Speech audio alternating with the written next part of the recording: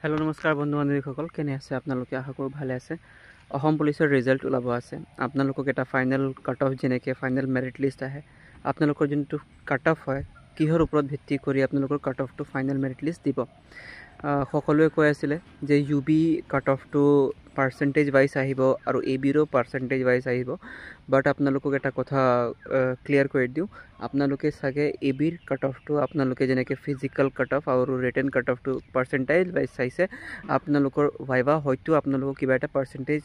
বনাই কিনি পাৰ্চেণ্টাইল ৱাইজ আপোনালোকৰ ৰিজাল্ট মুকলি কৰিব এনেকৈ আপুনি ভয় খাব নালাগে যে মোৰ 100+ কেনেকৈ হেৰি হৈ গ'ল 122 কেনেকৈ হৈ গ'ল আমাৰ হেৰি ফাইনেল মেৰিট লিষ্টত ইমান মাৰ্কছ কেনেকৈ আহি গ'ল আমাৰতো ইমান মাৰ্কছ নাই কেনেকৈ চিলেকশ্যন হ'ব এনেকৈ ভয় খাব নালাগে আৰু এটা কথা কৈছোঁ আপোনাৰ ইউবিৰ কাৰণে ইউবি যেনেকৈ আপোনালোকৰ আগৰ পৰাহে পাৰ্চেণ্টেজ ৱাইজ নাই আপোনালোকৰ হয়তো হেৰি আপোনালোকৰ PhD টাইমত পাৰ্চেণ্টেজ আহিছিলে